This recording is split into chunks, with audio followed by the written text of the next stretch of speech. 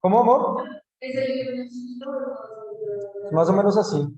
Pues es que yo lo iba a traer, pero es que esta maleta está muy apretada y odio que los libros se doblen. Entonces dije, no, mejor lo busco en internet. Yo se lo tengo. Sí, o bueno, acá salen 1840 páginas, pero porque la versión que les pongo acá es de EPUB. O sea, está muy reducida para leer en celular, ¿sí? Entonces, es mucho más cortito, creo que tiene más o menos unas 400 páginas nomás, ¿sí? Sí, sí, lo que pasa es que es complejo, es denso lo que él plantea, pero, mejor dicho, lo que vamos a hacer ahorita es, vamos a ver una cosa como estamos viendo la historicidad de la ciencia, vamos a ver cómo el humano se ha transformado a lo largo del tiempo. Y luego vamos a ver esta pequeña conferencia que da el mismo autor del libro, ¿sí? Entonces, de Animales a Dioses es un texto de un historiador israelí que se llama Yuval Noah Harari. Entonces, Harari lo que va a plantear es una, como ustedes ven acá, una breve historia de la humanidad. Entonces, él tiene digamos que es un compilado de 3 libros, ¿sí? Una trilogía, en la cual, ay, qué rico, con este cabello y está.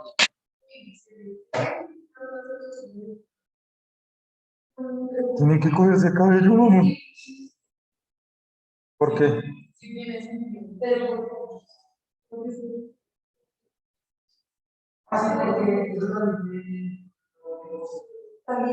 Porque pues se hace porque el Ministerio de Salud y de Educación lo exigen si no cierran el colegio. Entonces, pues si vienen. No, no, no, no. No sé. O sea, digamos, no voy a debatir ese punto. Seguramente ustedes tienen razón. No sé, no me interesa. Tampoco me importa, no me interesa. Sí me importa mucho, pero, y está bien. Lo que pasa es que nunca hagan las cuestiones pero ¿por qué él sí y él no? No, sino porque realmente pues es lo que hay que hacer, lo que toca hacer. Hay muchas cosas que podemos estar o no de acuerdo respecto a la normatividad, pero la realidad es que lo que nos exige acá el colegio es porque el Ministerio de Educación, el Ministerio de Salud, para que el colegio pueda funcionar, pues toca esas normas. Seguramente, por ejemplo, tú tienes razón. Bueno, si alguna de las personas, aparte de los estudiantes, no cumple las normas, seguramente si viene el ministerio a verificar eso, también habrá una penalización, porque es para todos, tienes toda la razón, por supuesto, para todos. Y quien incumpla la norma, pues también, no sea el ministerio, sino va a decir, ay, no, es porque usted es estudiante nomás, no, pues para todos, que todos tenemos que cumplir ciertos protocolos, pero es por eso. ¿Cómo?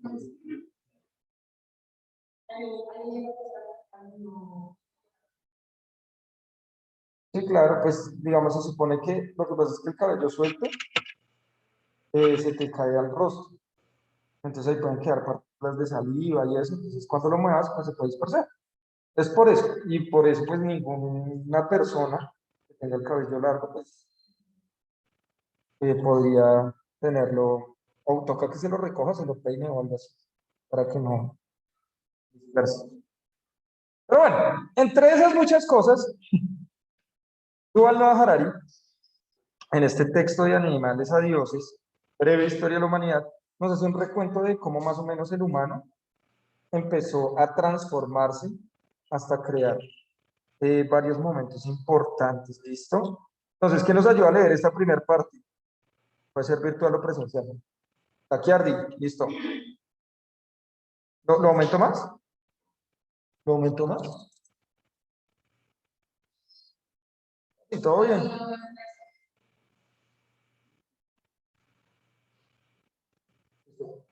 ¿Están listos, chicos? No los escucho. Realmente no los escucho. Listo, vale.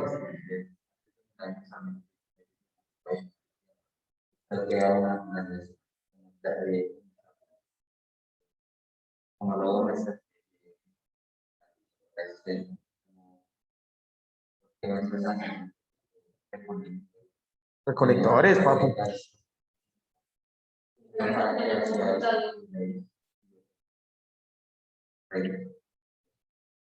¿Dónde estamos? Allá.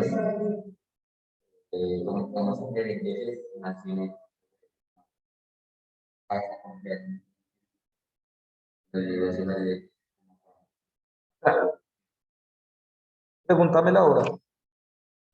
Pregúntame la hora. ¿Qué hora es? ¿Cierto? Entonces, cuando lees preguntas, también lo lees igual. O sea, como si estuvieras preguntando realmente. ¿Cómo acabamos? ¿Sí me entiendes? ¿Listo? Cada vez que das pregunta. Porque por eso es la tilde en pregunta siempre tenemos que acentuar. Porque es lo que marca la intención. Que lo que está haciendo es como, o sea, digamos, esto es un gran ensayo realmente. Un ensayo de 400 páginas. O sea, Isabela se está comprando dos ensayos. Que se está comprando una puta Babilonia, que es un ensayo de Fernando Vallejo, y se está comprando de Animales a Dioses, que es un ensayo prácticamente de Noah Harari. Entonces te vas a dar cuenta con los dos cómo se escribe un ensayo. Entonces mira que el man, interesantemente, plantea de una de las preguntas de su ensayo: ¿cómo acabamos sometidos a la burocracia, a los horarios y al consumismo? O sea, ¿cómo fue que estamos acá? ¿Cómo es que mis estudiantes llegaron a estar acá sentados sin preguntarse por qué están acá?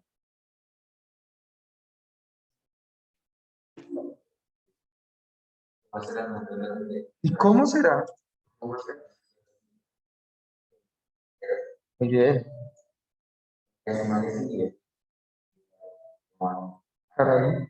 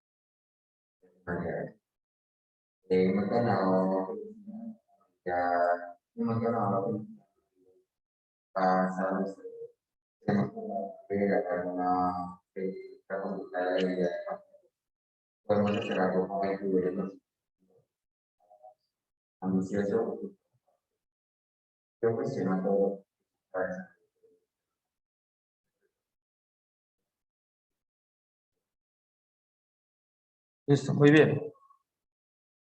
Entonces, mis pequeños.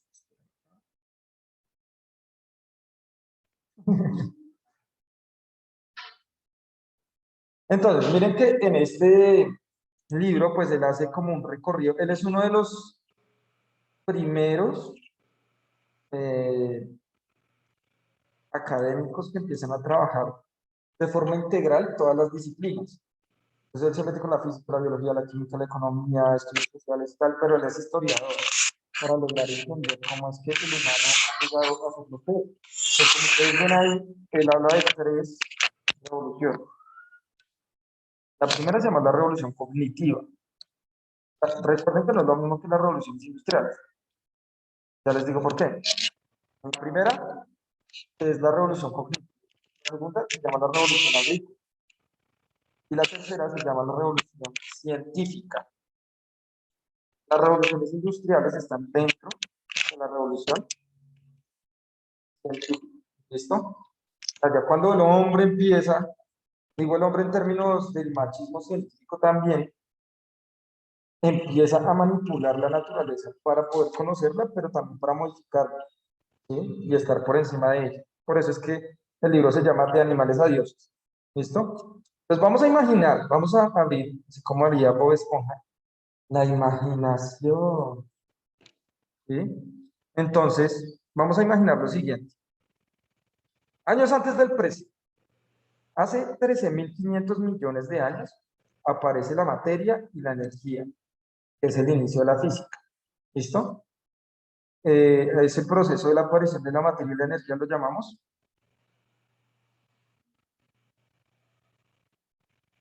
¿Cómo lo llamamos?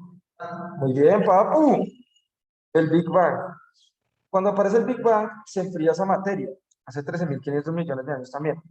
Aparecen los átomos y las moléculas, perdón, inicio de la química. ¿Listo? Entonces, ¿qué es la física?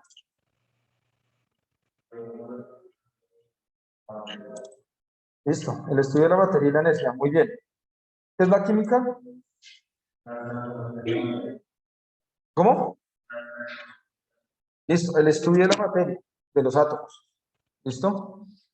Hace 4.500 millones de años se forma el planeta Tierra. Hace 3.800 millones de años aparecen los primeros organismos, ¿no? ¿Qué es la biología? ¿Qué es la biología? El estudio de los seres vivos o las relaciones de los seres vivos. ¿Listo? Hace 6 millones de años, última abuela común de humanos y chimpancés que se llama,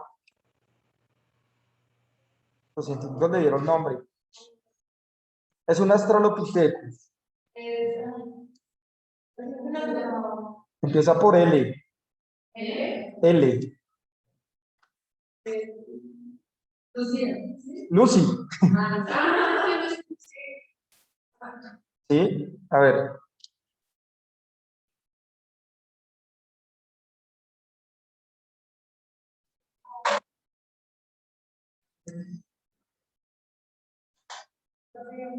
Miren esto. Se supone que así es. Este es el antepasado, dice acá. Última abuela común de humanos y chimpancés, o sea, esta señorita que ustedes ven acá. Lucy, obviamente esta es una reconstrucción a partir de este cráneo. ¿Sí? A partir de este fósil de cráneo que se encontró, se hizo la reconstrucción de Lucy, que es este. Bien, hace 2.5 millones de años, evolución del género Homo en África, o sea, nuestro género. Primeros utensilios líticos, o sea, las primeras herramientas que se pueden empezar a utilizar por el género Homo. Hace 2 millones, los humanos se extienden desde África a Eurasia, empiezan a moverse. Evolución de las diferentes especies humanas. ¿Listo? Ahorita tú leíste, en este libro aparecen 6 especies de humanos. Habían 6 especies de humanos. ¿Sí? Sin embargo, después de la publicación, creo que este texto es del 2014, si no estoy mal. En el 2019, Papu no puede comer en clase. Papu, Papu.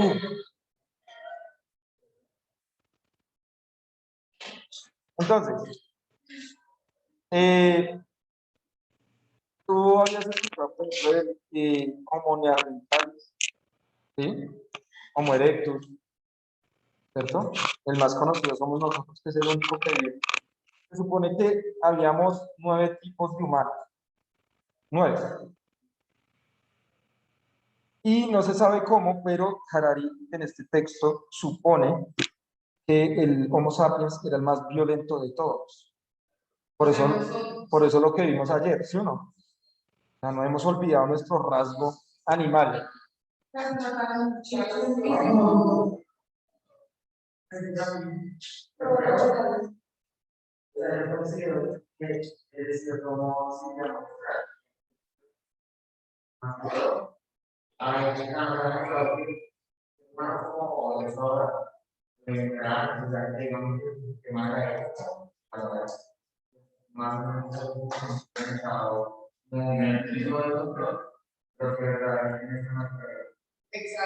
Claro.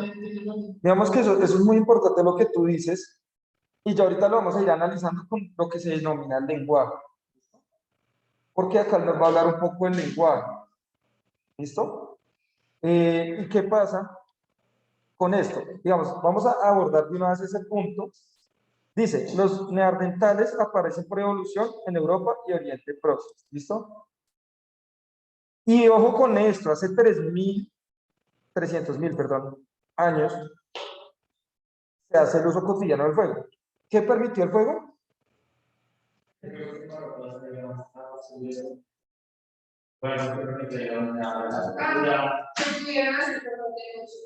También protección, ¿sí o no?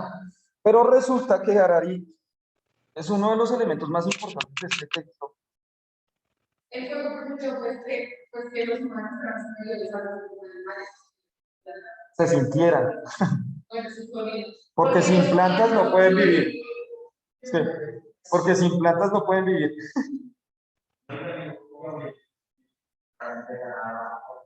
Listo. ¿Cómo?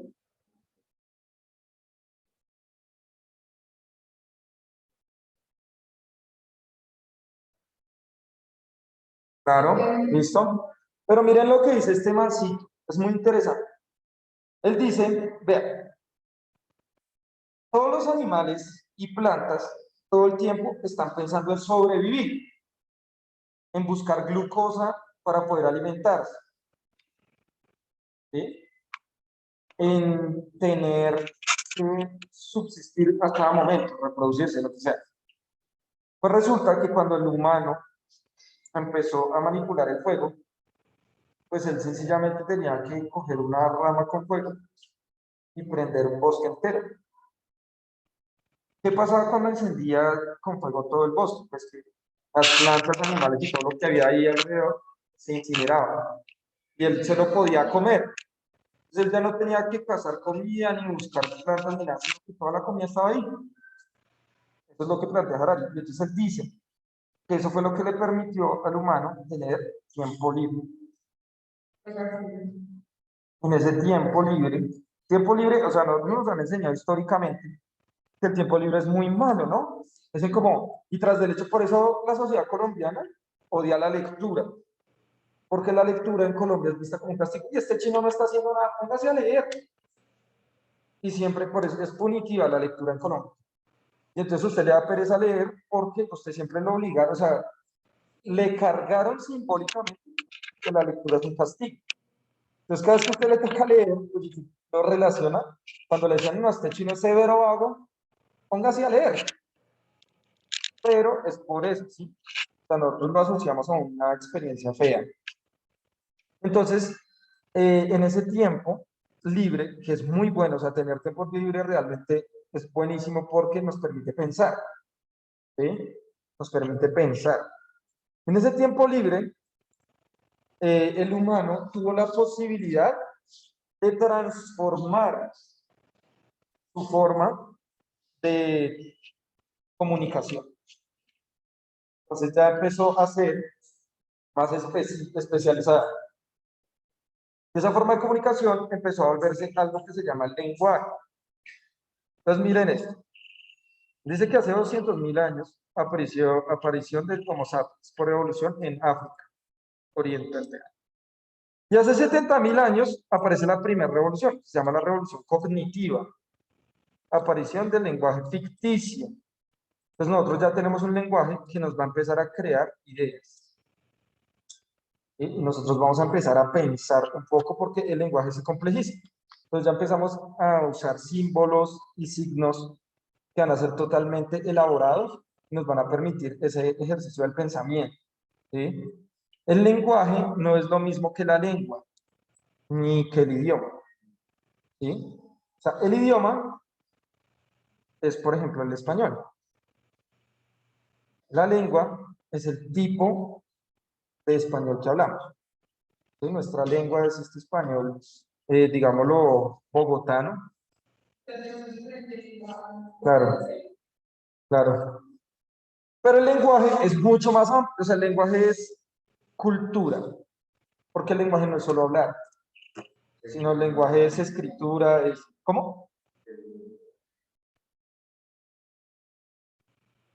No, pertenecemos al mismo lenguaje. Claro.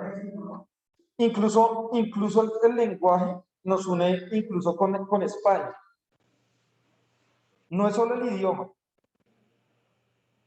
sino las costumbres. Si ustedes algún día van a España o conocen a algún español, nosotros vamos a tener costumbres muy parecidas, sin hablarnos, o sea, sin nada. Vamos a tener costumbres muy parecidas en nuestra forma de expresarnos, en nuestra forma de ser y todo eso. Eso ya es lenguaje. Nosotros tenemos lenguajes que no son solo, o sea, es que nosotros casi siempre nos han enseñado que el lenguaje es solo comunicarse, ya, no. el lenguaje es todo lo que nosotros somos. O sea, es una carga de, obviamente en parte de nosotros, de indígenas, es una carga de españoles, es una carga de europeos en general, y de las múltiples personas y cosas que han aparecido en nuestra vida.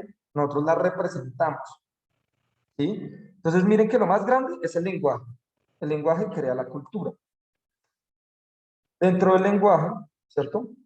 Aparece el idioma. Claro, también, o sea, digamos, uno tiene formas de comunicación, es el lenguaje corporal, pero no todo es comunicación, ¿sí? Sino, digamos, uno tiene ademanes, uno tiene gesticulaciones que siempre repite sin darse cuenta, pero son netamente culturales. Por ejemplo, un problema del lenguaje, y no solo de la comunicación, fue lo que pasó ayer en el estadio. Volvemos otra vez al caso. Entonces, es un problema más allá de que se vean los colores, es la incapacidad de reconocer, que el otro también está compartiendo un espacio físico conmigo en el cual puede vivir. La imposibilidad de saber que él puede vivir en un mismo espacio, ¿sí? Acá en noticias le dicen, la intolerancia otra vez causó un herido y la.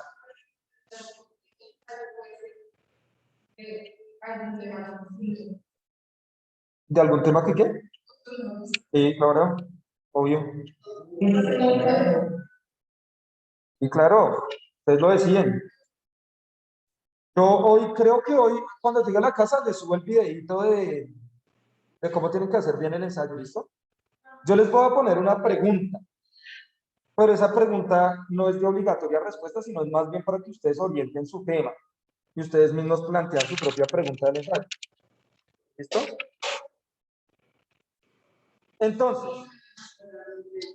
y dentro tenemos el idioma. El idioma es muy chiquitico respecto al lenguaje, que es todo. ¿Listo? Entonces, miren que empieza a aparecer este tipo de expresiones culturales como el lenguaje. Ahora, Richard Dawkins, que creo que ya se los había mencionado varias veces. Vengan, buscamos al viejito. Miren esto. A ver, este ya sí. Ah, no, así. Richard Dawkins, el biólogo más importante que existe, en el 76 plantea una palabra que se llama los memes.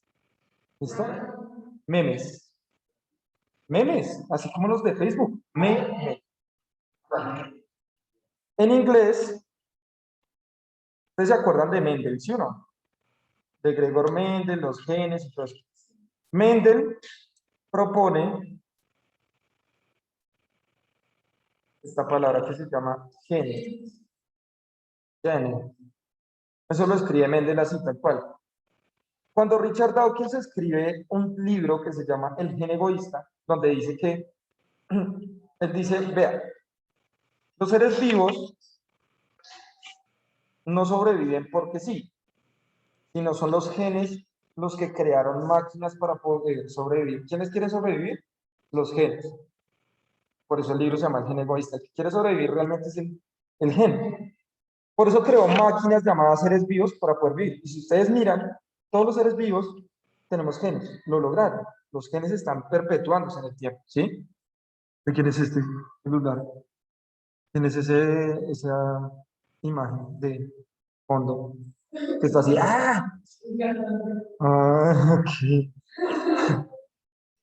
Entonces, Dawkins, en ese libro llamado El gen egoísta, dice, vean, con el humano pasa algo muy curioso, y es que tiene genes, pero también tiene como unas estructuras que no podemos ver, no podemos saber cómo son, pero que se heredan también culturalmente. Y entonces él une dos palabras, que es mente y mímesis, o sea, imitación. Y aparece esta palabra que se llama el meme. Entonces, ¿qué es el gen? El gen es la estructura biológica que permite que todos los seres vivos nos constituyamos, como somos. ¿Qué es el meme? El meme es la estructura cultural que permite que nosotros seamos como somos, solo en humanos. Somos los únicos que tenemos memes, pues hasta ahora, ¿no? Vamos. Entonces, por eso le pusieron memes también a los de Facebook, porque es la forma más fácil de ver cómo se expresan esas ideas. ¿Pero qué son los memes? Básicamente, se reflejan en lo que llamamos ideas. Nosotros tenemos ideas. Cuando las ideas se vuelven extremas, ya dejan de ser ideas o ideales y pasan a ser ideologías. Entonces, supongo yo que lo ven en sociales, ¿no? Ideología. Entonces, las ideologías son las que han movido durante mucho tiempo eh, el mundo, el planeta, la historia de la humanidad. Entonces, vamos a ver inicialmente esto. Ahorita vamos a hacer un ejercicio que lo hice ayer también con los chicos de 11, del otro 11, y es que ustedes van a escribir a su cuadernito la verdad, más verdad de toda su vida. O sea, algo que usted no niegue que eso sea verdad, pero la más importante, o sea, dentro de todas las cosas, voy a escribir la verdad. Les pongo un ejemplo para que más o menos ubique. Por ejemplo, le preguntan a este ejercicio, no me lo inventé yo, no. Lo hizo un profe de mi maestría, no lo propuso en una clase de maestría y me pareció muy interesante. Pues, por ejemplo, yo ponía en ese ejercicio como, para mí una verdad absoluta es que la mitocondria tiene la posibilidad de producir ATP como energía química y esa energía es la que va a servir para que todos los procesos de la célula se puedan dar y el ser vivo pueda, el organismo pueda vivir. Esa es mi verdad absoluta. O sea, para mí eso es inamovible, eso es ley. Eso es, o sea, puede cambiar todo menos esa verdad. ¿Listo? Pues piensen en la verdad más verdad del mundo para ustedes. ¿Cuál es la mayor verdad de ustedes? Pueden tocar todos los temas que quieran, religión, pueden tocar política, pueden tocar fútbol.